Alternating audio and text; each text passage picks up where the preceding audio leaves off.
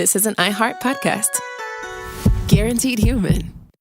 With no fees or minimums on checking accounts, it's no wonder the Capital One bank guy is so passionate about banking with Capital One. If he were here, he wouldn't just tell you about no fees or minimums. He'd also talk about how most Capital One cafes are open 7 days a week to assist with your banking needs. Yep, even on weekends. It's pretty much all he talks about, in a good way. What's in your wallet? Terms apply. See CapitalOne.com/bank. Capital One, N.A., member FDIC. Hi, Kyle. Could you draw up a quick document with the basic business plan, just one page, as a Google Doc, and send me the link? Thanks.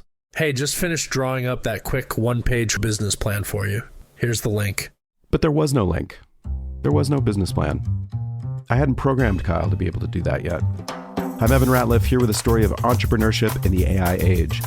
Listen as I attempt to build a real startup run by fake people. Check out the second season of my podcast, Shell Game, on the iHeartRadio app or wherever you get your podcasts. Welcome to Stuff You Should Know from HowStuffWorks.com. Hey, and welcome to the podcast. I'm Josh Clark, and sitting across from me, putting on his Love Your Mama lip balm. What flavor is that? That is almond, actually. It's yummy. Look at that, plug right out of the gate. This is Charles W. Chuck Bryant. Hello. Those are nice lips you got there, man. Wow. They're now moistified. Like moist bologna. Yep. Well, the two of us get together, as we are right now, and you have yourself Stuff You Should Know, the podcast. Nope, this is the podcast. It ain't going nowhere. It ain't going to change. Don't worry, folks. Yeah. Same as it ever was. If you love the TV show, we thank you. If you don't like it, hang out with us here online. Yeah. Not to be confused with our online presence, our website, our new website, the home of Chuck and Josh, StuffYouShouldKnow.com. This is pretty cool. I don't mind saying words about this because we got a new website, and it's awesome. It's got video and blogs and photos and all sorts of cool stuff. It's us. It's our house on the web. It's really cool. I mean, StuffYouShouldKnow.com. It's our website. Yeah, mind blowing. 5 years in the making. Yeah. So, and then not to be confused with our Twitter handle, SYSK Podcast. Not to be confused with our Facebook page, Facebook.com/StuffYouShouldKnow. Boy, you're front loading this one. Yep. All right. All that's out of the way, right? Yes. So, Chuck, you doing good? You feeling well? And I'm not feeling great, but you know. Yeah. You ready to be done? No, I'm ready to talk about willpower, though, because it is a topic that I struggle with, as do most people, I think. Like you struggle with the topic or you struggle with willpower? I think everybody struggles with willpower. Oh, yeah. Well, as a matter of fact, I think you're absolutely right. There is a very famous guy named Plato, famous Greek philosopher. Plato. Oh, yeah. Plato. Yes, not Plato. Right. And Plato suggested that the entire human experience, the sum of human existence, could be basically nailed down with just this. You have a higher self and a lower self. Yeah.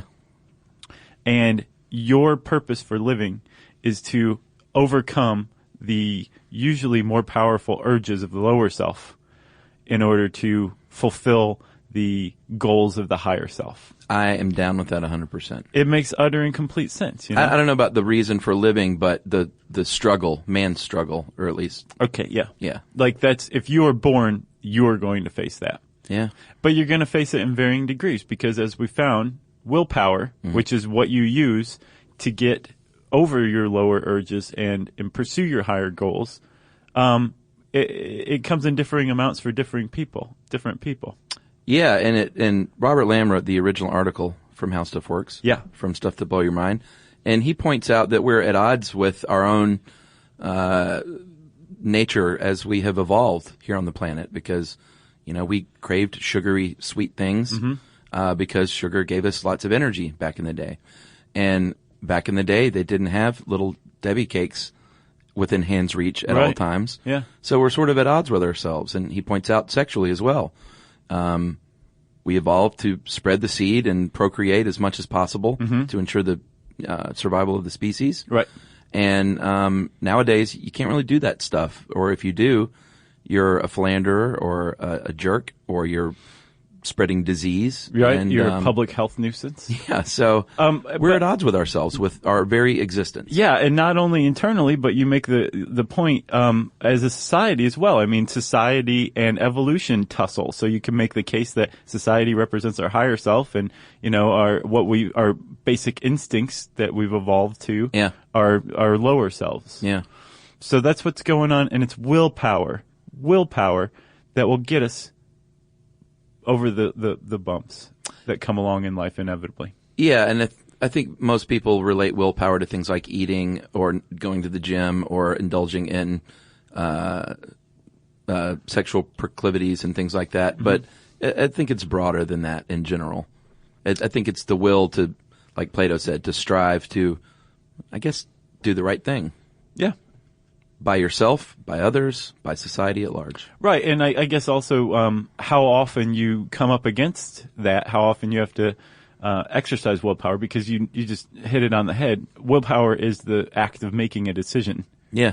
You're deciding to do something or not to do something. How often you do that, it does depend on how you define the world around you. Yeah.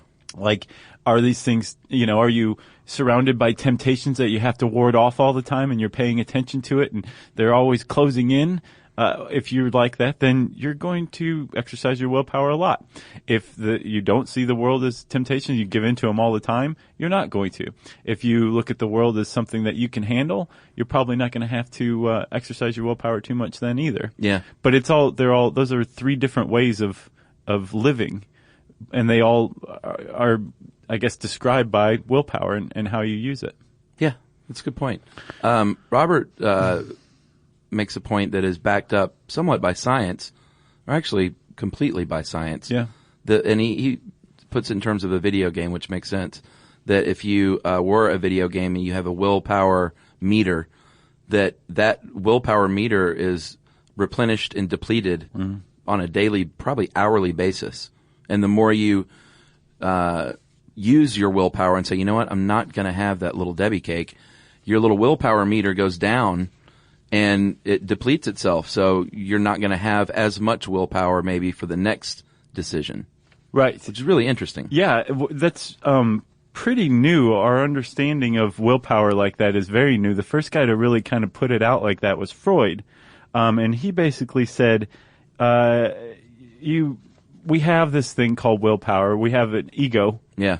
That's what the Freudians associate with willpower, is the ego. Sure. And your ego is this finite thing. It has a finite energy reserve. It uses energy. Yeah. And therefore it can be sapped. And then Freud fell out of fashion, and everybody just kind of stopped looking at willpower that way. Yeah. And it wasn't until 1996 when a Florida State University psychologist named Roy Baumeister, the Baumer, he figured out through this test using chocolate and radishes, I believe, that if you are staving off temptation using willpower, you actually do terribly on like another test of willpower. Yeah, they used persistence tests, basically puzzles that you have to just keep at it and keep at it. It's not something you could complete immediately, and offered some people chocolate chip cookies and other chocolate treats of their liking, and offered other people radishes instead, which is not a fair fight. Come on. I mean, he really stacked the deck. Like maybe a shaved radish in a salad or something. Right. But if all you're looking at is a plate of radish, then yeah, I would take the cookie.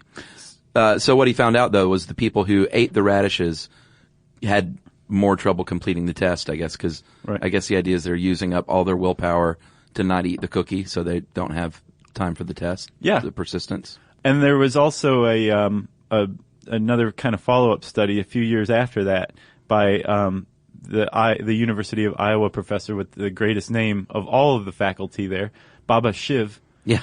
And Dr. Shiv had basically tested willpower by saying, this group's going to remember a 2-digit number. Yeah. And this group's going to remember a 7-digit number. And then we're going to test their willpower by tempting them with chocolate cake. Right. And Dr. Shiv found that there was the people who were using their working memory, their cognitive capacity to remember the 7-digit number had a harder time resisting. So it basically proves that we use our working memory to resist temptation. And I guess it's something like reminding yourself, at the forefront of your mind, not to do something, until the temptation passes. Who knows? Yeah, maybe I had that cookie yesterday, so man, I can't eat it today. Or we use our working memory to remind ourselves of our long-term goals in the face of a short-term reward. Well, that's one of the big keys, I think. Yeah. And that's something Robert hits on, which is, I want that cookie now, and I know bikini season's coming up, and you've seen me in a bikini, Josh. It's not pretty. I will never get that out of my memory, working memory or otherwise. Yellow polka dot bikini. Please, and please. But that's sort of what we're at odds with, is the short term. I think humans as a group tend to enjoy the short term pleasures, and if you truly learn to conquer that in lieu of long term gain, that's when you're winning, as Charlie Sheen would say. Right, exactly. Although Charlie Sheen's not exactly one who's known to exercise the willpower. No. That was a really odd person to tap for that, but. Well, I think that's the opposite. He thought winning was the short term gain. Yeah, I guess. Yeah. And that is so dated. Yeah, it really is. People are like, when do you guys record this? But it's been, I think, today might be the very day where you could get away with it. Okay. So it was perfect, all by right, the way. So from all these tests, like when Baumeister put his 1996 study, ego depletion, is the active self a limited resource? Yeah. It just basically kicked off the slew of follow-up studies from Dr. Shiv and others. And one of the things that they found was that you can kind of watch people exercise willpower on the old Wonder Machine. Oh, yeah? Yeah. Using MRIs, they put people in and had them think about, I guess, a sweet or a health food. Oh, right. And decide between them. Is it Caltech?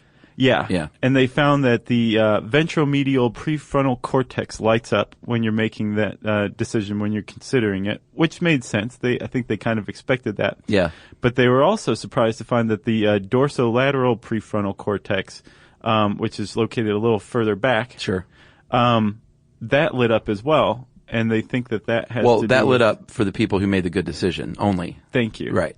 And they think that that's maybe part of the working memory where you're like, no, I can't eat that because this. That's tapping into that higher self goal pursuit. That's the dorsolateral prefrontal cortex. Right. You did a nice job there, by the way. Thanks.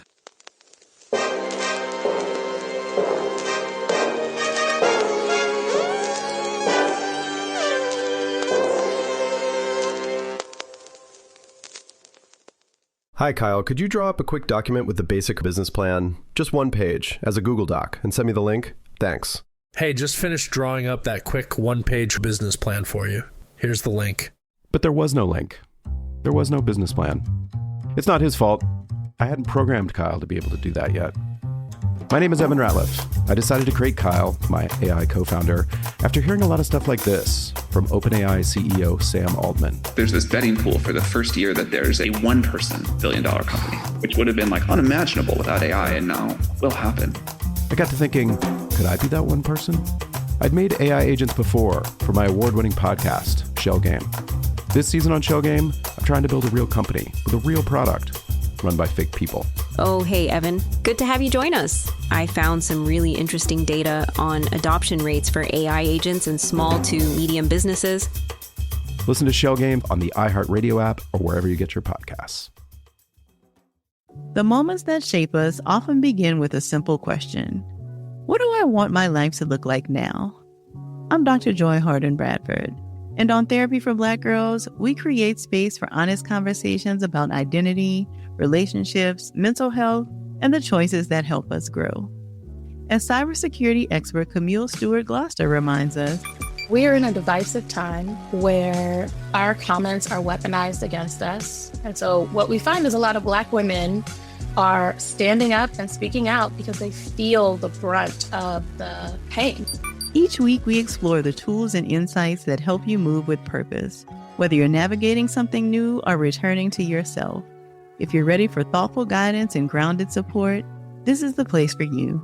Listen to Therapy for Black Girls on the iHeartRadio app, Apple Podcasts, or wherever you get your podcasts.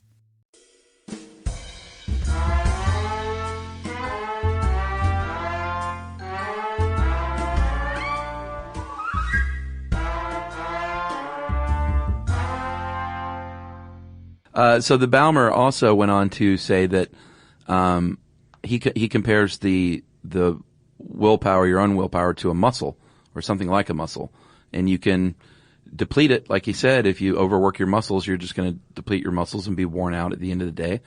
Or you can exercise that muscle in a healthy way and make it stronger in the long term. Right. Do you do this? I after reading this, I started to realize that I actually kind of exercise willpower all the time. Well, I think you especially do. So, like, for example, I have a mail key that I use to go get the mail, right? And we keep it in our car. Gotcha. And I had to go to the car and get the mail key and then go get the mail, and it was cold out yesterday. Yeah. And then on the way back, I could have just taken the mail key inside with me and taken it back to the car the next time I went to the car. Yeah. Again, it was very cold. But instead, I walked up a flight of stairs, put the mail key into the car, and then went back home. So you made that decision and you struggled with it, even if in a minor way. Yes, I did it specifically because there was no reason whatsoever for me to do that. Yeah. Rationally, and as far as common sense went, there was no purpose to it. Yeah. But by doing it, I basically just exercised my willpower. It was something I didn't really want to do, but it wasn't a big deal. But it was, I could, like, doing that accumulates. Yeah, I think you and I are really different in that way. I see you as someone who actively works that muscle a lot on a daily basis, and I don't enough. And not that I just have no willpower, but I don't give decisions like that enough consideration. Mm-hmm. Does that make sense? Completely, yeah. I'll just be like, I'll just go upstairs and throw the key on the coffee table. Which a sane person kind of has that thought. I think that puts you in the sane camp. Yeah, but that doesn't ensure that I'm making good decisions for my life. Well, no. But I mean, I don't think you're making bad ones. But it's good to self-reflect, you know? Yeah. I do kind of, it's kind of fun, you know? It's like a game. Yeah. Yeah. I want, you know, it's like, how ramrod straight can I stand, you know? That's right. what I'm building toward.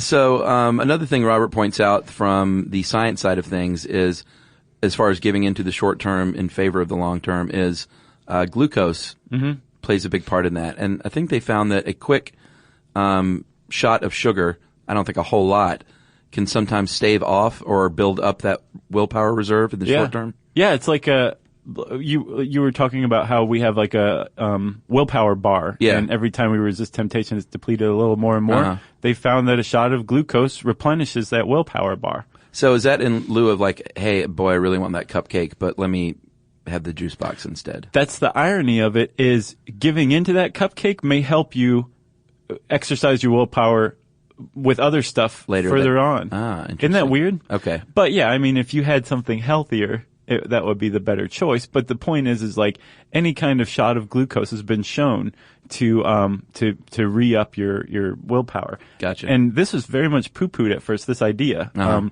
I think Baumeister, there's this really great article by John Tierney in New York Times Magazine. It's from the August before last. It's called "Do You Suffer from Decision Fatigue?" Our buddy Chad loves this. He proselytized this article, remember? Oh, yeah. Okay, this is the one. Okay. So I strongly recommend everybody go read it. It's a good one. But in it talks about Baumeister like thinking that, you know, glucose has something to do with this. And it was poo-pooed at first because everybody knows the brain uses the same amount of energy pretty much all day long. Yeah. So that didn't make any sense. Like if you're ego depleted and you're suffering from some sort of willpower fatigue, but your brain's still using the same amount of energy, those two don't jibe. Right. Again, with the MRI, what they found was somebody suffering from ego depletion, from willpower fatigue, who took a shot of glucose or whatever. Yeah. Their brains lit up in areas that had to do with exercise and willpower. So while your brain was using the same amount of energy, it was using them in different places when your willpower was fatigued, and that glucose basically was like spinach to Popeye for that part of your brain that's charged with exercise and willpower. Interesting. Isn't it? Yeah. So what do you carry on a pack of sugar with you at all times? I'm on so much sugar right now. Yeah. Also, in that same article, they talk about this this kind of landmark study of an Israeli parole board, and they found that if you were a parolee and you came to them after it had been a while since a break or lunch or breakfast, your chances of being paroled dropped by like 50 or 60%. Oh, if the parole board had not had breakfast? Yes. Oh, or no, if you came to them like right after things got started after breakfast or after lunch, your chances of being paroled were like 50 to 60% greater than people who came to them for identical crimes. Yeah. Like a couple hours later. I'm sure that makes the criminals of the world feel pretty great. Yeah, exactly. It's so arbitrary. And what they found is it's not laziness. It's not like physical fatigue. Yeah. Where like you can tell you're tired. What our brains do is they employ the strategy where you become risk averse. Like you don't want to make a decision. So you say, you know what, I'm just going to put this off. You're going to go back to jail. I'm not going to grant you parole because that's risky behavior to let you back out in the world. And I've made too many decisions today. But you're not thinking this. So you just say parole denied and you have no idea why. Yeah. It just makes sense to you at the time. But if you had some glucose, that same instance, you may be like, well, yeah, I think you're ready to come back out into society. Huh. That reminds me of the band Rush. Yes. That we talked about before. Of course. I remember this from when I was a teenager. You know the lyric, oh man, what song is it? If you choose not to decide, you still have made a choice. Free will. Oh yeah, that's from that song, of course. Yeah. I think on the original album jacket, it says, if you choose not to decide, you cannot have made a choice. Is that right? Yeah, my brother and I used to laugh that, I think Neil Peart actually wrote a lot of the lyrics back then. Yeah. That Geddy Lee just etched it out with a pencil. Right. But it's the complete opposite meaning. So it's interesting that at some point Rush, I guess, had maybe a band argument or something. I'm glad Geddy Lee won. Yeah, you have made a choice. No, you cannot have made a choice. Right. Just shut up and play drums. Your voice is weird. I remember hearing that the first time. I was like, oh, man. Oh, yeah, it blew me away. Yeah. Yeah, Free Will. I can't believe I didn't remember the name. Yeah, of it. you're like, I can't think of the name of the song, but it's about free will. Yeah. Was it Red Barchetta? All right. What else we got? Oh, I didn't really fully get the Stanford psychologist, Walton and Dweck. Mm-hmm. And that is Dweck. It sounds like I'm saying Drek wrong. I didn't fully get that they said that people who have willpower fatigue tend to slack off when they felt their resolve wavering, but then people who felt their resolve was limitless pressed on. I don't get the point there. It seems like a no-brainer. So yeah, I think it is. You may just be looking too deeply into it. It's like what I was talking about earlier at the beginning, where like depending on how you see the world, like do you see the world as like you have willpower, so you can overcome any temptation. Okay. You're going to last longer on tests of willpower than somebody who is like, I'm feeling kind of weak today, Gotcha. and then you're just going to give in. Okay, so it is pretty simple. Yeah. All right, I thought I was a dummy. Not only is it simple, I managed to make it more complex and talk about it at length. They do know that people, generally, there is some genetic component involved. Like if your parents are super self-disciplined, then you are more likely to turn out that way. Right. I found that to be true from friends of mine whose parents were like super self-disciplined and their kids kind of turned out that way too. Yeah, but I wonder, and Robert makes a point in the article, like, is it genetic or epigenetic? Yeah, I don't know. Probably both. Yeah, I would think so. That'd be my guess. We just chose not to decide. We could not have made a choice. And then the old marshmallow experiment, this Stanford, not the prison experiment, but the marshmallow experiment. Yeah. From the 1960s, a very famous one where they placed tortured these kids basically by placing a marshmallow in front of them and saying, if you hold off on eating that marshmallow in 15 minutes, you will have 2. And of course, not many of the kids could hold out. Sure. But they found that the ones who did hold out for the second marshmallow went on in life to greater successes at least if you count SAT scores as a measure of success. 210 points higher than the ones who chowed down on the marshmallow. And the ones who ate the marshmallow later on had struggles with relationships and stress and attention. Yeah. So I wonder if that has anything to do with, like, OCD. I wonder as well. I wonder how much of our modern problems are really just crises of willpower. Yeah. I wonder.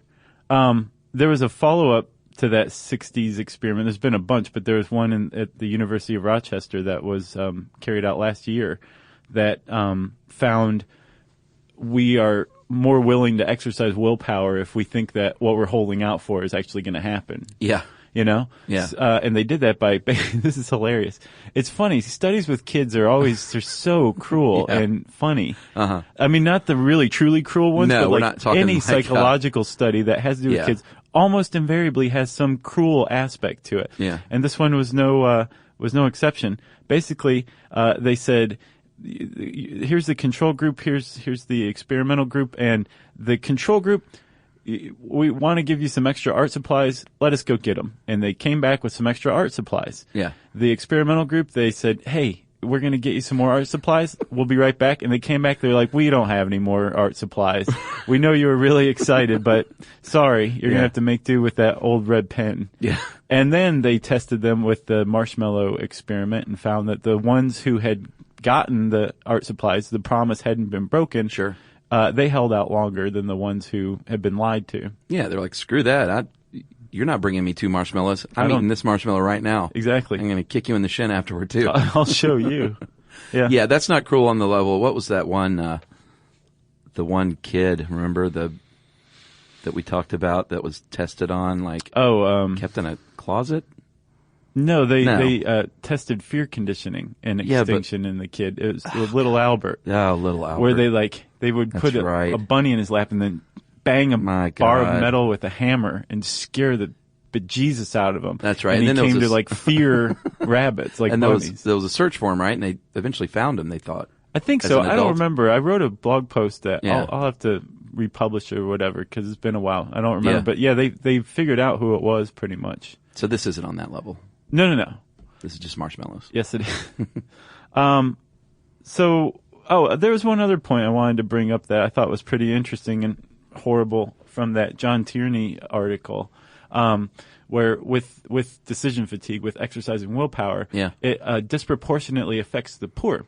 And they think that possibly now that poverty exists in a cycle because if you're a poor person, you have to exercise willpower. Yeah. You have to make more decisions than somebody who has more resources, more money. Yeah. Like, say you're walking through the grocery store. I want this soap and this food. Yeah. If you're poor, you might have to say, I want both, but I have to just buy one. I don't have enough for both. So how much is it going to be? Yeah. And their willpower, their resources of willpower, of decision making, become fatigued a lot faster because they have to exercise it a lot more, and they don't have the resources to get themselves out of poverty, to indulge, or to study or do more. That they already have the deck stacked against them resource wise, but then you throw in this idea of willpower, possibly. That makes it even more difficult. Yeah. Boy, I never really thought about that. That's interesting. It's pretty interesting stuff. It makes you feel for them even more. Yeah, and it makes me feel bad when I say, do I want the peanut butter ganache cupcake or the chocolate? You know what? Just go ahead and give me both. Right. Exactly. Yeah. Well, you can buy both and then just take one to somebody who's struggling in the grocery store trying to figure out if they're going to buy soap or food. That's a good idea. Yeah.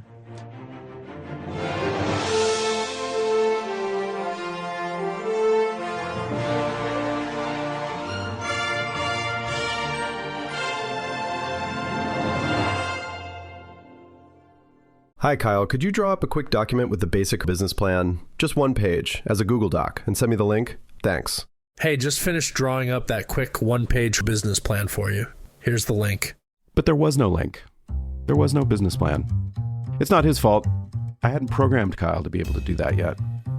My name is Evan Ratliff. I decided to create Kyle, my AI co-founder, after hearing a lot of stuff like this from OpenAI CEO Sam Altman. There's this betting pool for the first year that there's a one-person billion-dollar company, which would have been like unimaginable without AI, and now will happen. I got to thinking, could I be that one person? I'd made AI agents before for my award-winning podcast, Shell Game. This season on Shell Game, I'm trying to build a real company with a real product run by fake people. Oh, hey, Evan. Good to have you join us. I found some really interesting data on adoption rates for AI agents in small to medium businesses. Listen to Shell Game on the iHeartRadio app or wherever you get your podcasts. The moments that shape us often begin with a simple question. What do I want my life to look like now? I'm Dr. Joy Harden Bradford, and on Therapy for Black Girls, we create space for honest conversations about identity, relationships, mental health, and the choices that help us grow. As cybersecurity expert Camille Stewart-Gloucester reminds us, we are in a divisive time where our comments are weaponized against us. And so what we find is a lot of Black women are standing up and speaking out because they feel the brunt of the pain. Each week we explore the tools and insights that help you move with purpose, whether you're navigating something new or returning to yourself. If you're ready for thoughtful guidance and grounded support, this is the place for you. Listen to Therapy for Black Girls on the iHeartRadio app, Apple Podcasts, or wherever you get your podcasts.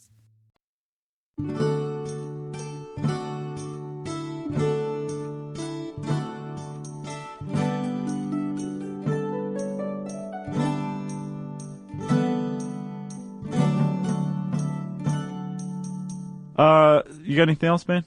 No, this is a good one. Yeah, I like willpower. It's fun. Go out and exercise it in little ways. It's fun. Or don't. Either that or strap a car battery to your inner thighs. It's just for fun. Okay, well, if you want to learn more about willpower and read this good article by Robert Lamb, you can type in willpower in the search bar at howstuffworks.com and it will bring it up. And I said search bar, so it's time for listener mail. Yeah, Josh, quickly before we do that, we need to say a special thank you to a fan of ours who helped us out with our Wikipedia page. Oh, nice. Thank you. And he was very cool, and his name, and he's been mentioned on Tech Stuff, evidently, too. Oh, wow, this guy's a star. We're not going to hold that against him.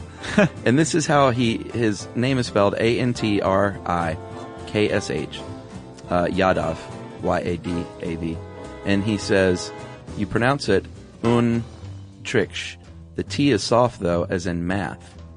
So Untrith? Yeah, there you go. He phonetically spelled it out. He told me what it sounded like, and I still can't quite do it. So we just want to say thanks a lot for helping us with the Wikipedia page. Nice. And now, a listener mail that I'm going to call SYSK can help you get ladies. This is from Todd in Oklahoma City. Okay. Guys and Jerry, I've come to the conclusion that I may owe you a big thank you. Your podcast has created the impression, whether fiction or reality, that I am somehow a guy who knows about stuff with the ladies. My new girlfriend, in fact, mentions as one of my winning traits that I am often saying interesting things. And this really interested me, so I asked her for some examples of things that I say, and it was notable that every example that she cited was something that I learned listening to your podcast at work. So it is quite possible, sirs, that you and your podcast made my baby fall in love with me. Nice. I'd like to shake your hands. Every single guy should listen to your podcast because it may at least get you a second date. And that is Todd from Oklahoma City, who is banking on our knowledge to woo women, and guess he got a girlfriend out of it. Good going, Todd. Good for you. We're glad we could help, man. We're married dudes, so we live vicariously through these emails. That's not true. Well, no, I think it's great. I'm happy for Todd. Yeah, I don't mean I live vicariously as in I wish I was. The details of your no, no. I just mean like that's great. I'm glad someone out there is getting a date because of this. Yeah, I love helping people find love connections. Yeah. As a matter of fact, we should do a speed dating episode. I wrote an article on it once, and it's pretty neat. Yeah, my friend PJ, you met PJ. He just texted me yesterday and said, hey, this girl, he does a lot of online dating. Mm-hmm. He said part of her profile is that she's like a huge fan of you guys. And I said, date her. Yeah. Go out on a date with her. Yeah. There you go. You're doing it all over the place, man. That's right. Let's see. If we have affected your life positively, we want to hear about it. Not negatively, just positively. You can tweet to us at SYSK Podcast. You can join us on Facebook.com/StuffYouShouldKnow. You can send us an email to StuffPodcast@Discovery.com. And you can always find us hanging out at our home on the web, StuffYouShouldKnow.com.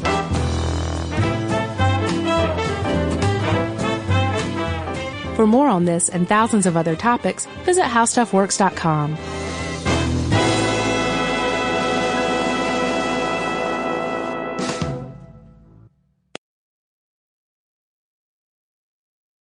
Hi, Kyle. Could you draw up a quick document with the basic business plan, just one page, as a Google Doc, and send me the link? Thanks.